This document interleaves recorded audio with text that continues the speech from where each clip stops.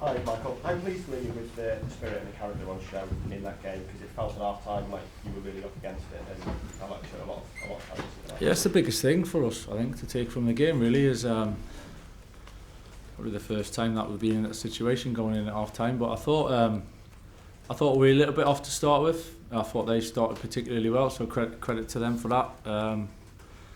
And then probably after 20 minutes or so, I thought the game started turning in our favour, and we finished the half stronger, and it felt like that looked a little bit like what we were trying to do. And then spoke at half time really about being in that position and how we react and showing that personality and the belief in football's tough at times, and this league's tough, so you're never always going to have it your own way, but to then come back like we did second half and turn the game on in our favour is the biggest thing for me to take from today, for sure. Hi Michael, I think you were jogging down the tunnel just when the half-time whistle went. Was there anything in particular that you wanted to address with the players? It's always something. It's always something. No, it was just a couple of little tweaks in shape, maybe a couple of ideas, some things we tried from the start that we wanted to kind of tweak a little bit, but honestly it wasn't major really, and I'm not taking much credit for that. I think the boys showed as the first half progressed that it was on its way to being better. It was more, as I said, that you've got to find a way in games sometimes. There's a few ideas that we wanted to make more runs, we wanted to be a little bit more aggressive in attacking their backline to a point, which is something you always try to do, but I thought we did it better second half and ended up getting the penalty from that. So it was more the how do we react, and it's been going in our favour. I said to them, it's something I've been waiting for, this moment, to see, go on then, what we're going to do about it and be positive, and the boys responded ever so well, so it was a big thing for us. Michael, six wins from 7 and a draw up to third. I don't think anybody really expected that when you took over. When you're walking around the stadium and the fans are singing your name, what does that feel like? Yeah, it's nice. Obviously, this place means a lot to me. So to have so much positivity and everyone enjoying coming to the games and watching it, and me to obviously have an influence on that is. Yeah, I'm not going to lie. Yeah, of course it feels good. I think the players have got to take a lot of credit as well for that in terms of what they put on the pitch. So it's certainly not all me, but I think that connection with the supporters is huge, and to feel that and for them to stay with us, and even when there was a bit of a stuttery start to get through the game and finish like that it means a lot. Yeah. Dan and then Rob. Michael, I know we've asked you a lot about Benjamin Šeško in the last few weeks, but for him to make an impact from starting off today and starting 11, how pleased are you for him, and how much more confidence do you think that will give him as well?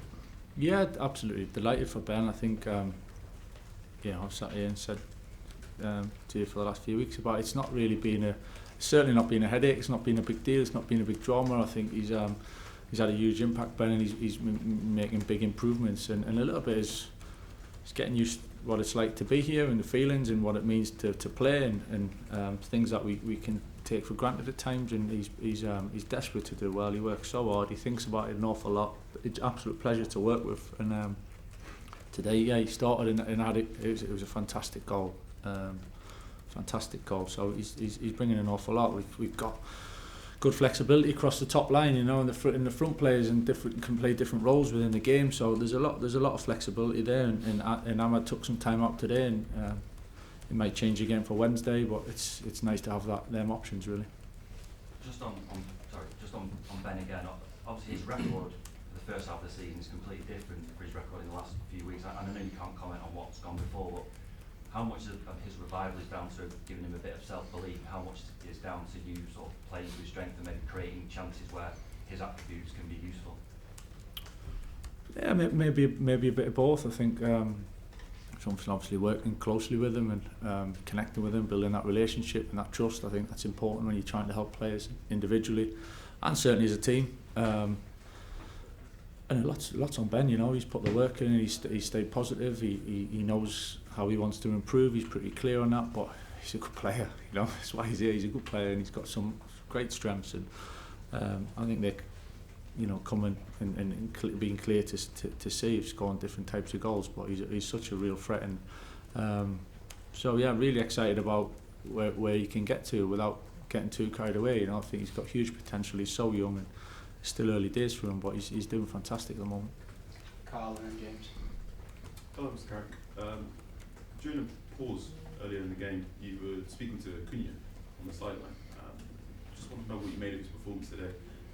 Didn't seem to be getting onto the ball in the same way he did when you had more like Dorgu and Shaw and Martinez and more left footers in the team. Just getting the balance really about when to play inside a little bit, when to play outside a little bit, when to make runs in behind. Just again, Mateus he thinks a lot about the game. You know, he's really good in terms of wanting to know certain things, and it was just one of them. Probably because he was the closest one to me, so we ended up having a conversation. But he's conscious of where the space is in trying to attack certain spaces. You know, sometimes it's wide. I thought, particularly second half, at times he looked dangerous wide, going 1v1, which is something he can do, and then he's inside the pitch a little bit more to create a moment for the penalty. So yeah, nothing major, just little bits of information here and there. Really. James. Michael, obviously the club is synonymous with goals, and not just goals, often like great goals. Does it? You obviously want to win and score primarily, but does it matter to you that some of the goals that you're scoring are so good?